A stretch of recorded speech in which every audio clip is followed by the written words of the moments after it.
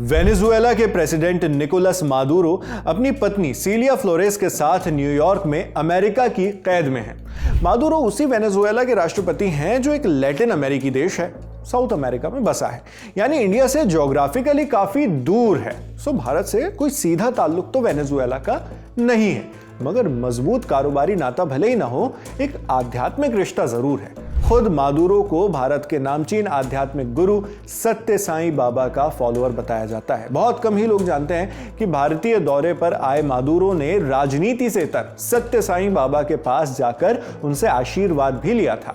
यह तब की बात है जब निकोलस मादुरो वेनेजुएला के प्रेसिडेंट मादुरो नहीं हुआ करते थे, विदेश मंत्री मादुरो थे। साल 2005 वो साल जब निकोलस मादुरो ने वेनेजुएला में विदेश मंत्री का पद संभाला।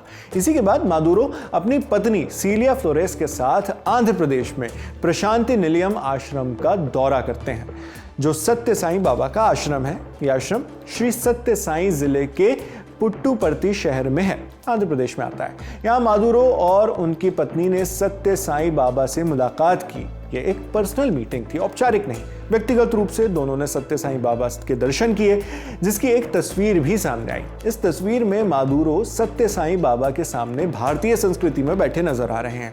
उनका पोस्चर आशीर्वाद लेने वाला दिखाई देता है। ये एक आम तस्वीर या आम मुलाकात नहीं थी, बल्कि मादुरो इसके लिए काफी एक्साइटेड थे। ऐसा इसलिए क्योंकि मीडिया रिपोर्ट्स के मुताबिक निकोलस मादुरो सत्य साईं बाबा के बहुत बड़े भक्त हैं। 2005 में उन्होंने पुट्टुपर्ती में सत्य साईं बाबा से तब मुलाकात की थी जब उनका पॉलिटिकल करियर परवान चढ़ रहा था। वेनेजुएला की राजनीति में वो तेजी से आगे बढ़ रहे थे। हिंदुस्तान टाइम्स की एक रिपोर्ट में बताया गया है कि जब निकोलस मादुरो वेनेजुएला के अंतरिम राष्ट्रपति बनाए गए थे, तब सत्य साईं सेंट्रल ट्रस्ट ने एक बयान भी जारी किया था। इस बयान में ट्रस्ट ने कहा, जब वो यानी निकोलस मादुरो 2005 में शिक्षा मंत्री के साथ प्रशांति निलयम आए थे, तो बाबा ने उनसे और उनके परिवार से मुलाकात की थी। उस समय वो विदेश मंत्री थे। मादुरो कई बार पुट्टुपर्ती में साईं बाबा के ग्लोबल हेडक्वार्टर प्रशांति निलयम गए। साईं सेंट्रल ट्रस्ट के मीडिया कोऑर्डिनेटर अनंत रामन ने टाइम्स ऑफ इंडिया को बताया, मादुरो 4 या 5 बार प्रशांति निलयम गए, जिसमें एक बार स्वामी के महासमाधि लेने के बाद भी उनका आना शामिल है। जब भी वो आए, उनके साथ वेनेजुएला का एक बड़ा डेलीगेशन था और वो वीआईपी गेस्ट हाउस शांति भवन में रुके थे। महासमाधि यानी देहांत, साल 2011 में सत्य साईं बाबा का देहांत हो गया था।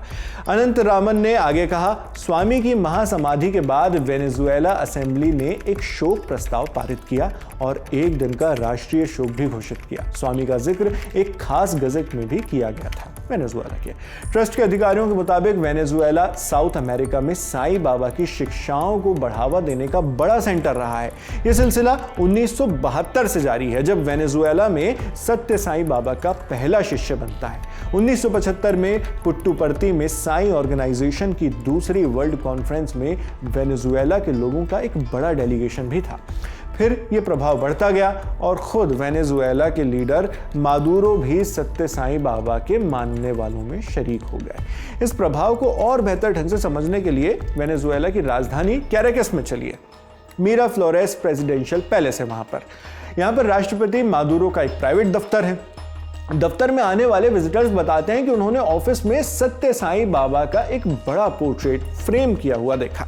इसे साइमन बोलिवर और उनके राजनीतिक गुरु व पूर्व राष्ट्रपति ह्यूगो चावेज जैसे क्रांतिकारी लोगों के साथ रखा गया है। अभी हाल का ही एक उदाहरण लें तो तकरीबन 2.5 महीने पहले ही मादुरो ने एक पोस्ट की थी।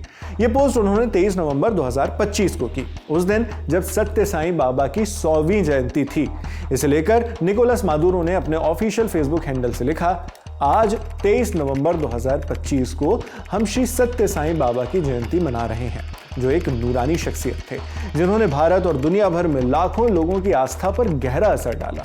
मुझे हमेशा याद रहेगा जब हम मिले थे और उन्होंने हमें अपना आशीर्वाद दिया था। उनकी जन्म शताब्दी पर हमारी श्रद्धांजलि, उनके भक्त, उनके परिवार और साईं बाबा फाउंडेशन को मेरी शुभकामनाएं।